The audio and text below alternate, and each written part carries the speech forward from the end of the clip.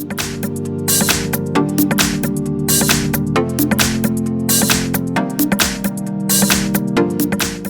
I have Samsung Galaxy A7 2018, and let me show you how to enter here the download mode on the following device. So at the very beginning, let's start by pressing the power key.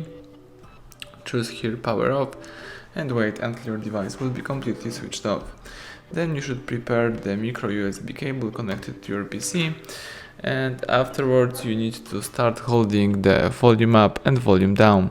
So let's hold down together those two keys and connect your device by using micro USB cable. So simply let me connect my phone. And as you can see, the warning message pops up. So now all you need to do is simply press volume up. As you can see right now, we are in a download mode. You can read here some information about your device, such as the FRP lock status, OEM status, and if you would like to flash your device, you can also use it as the audio mode. In order to quit this mode, you need to press together power key and volume down. So keep holding both keys.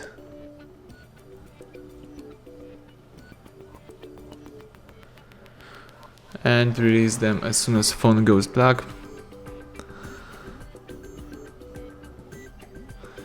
Now let's press power key to switch back on the device.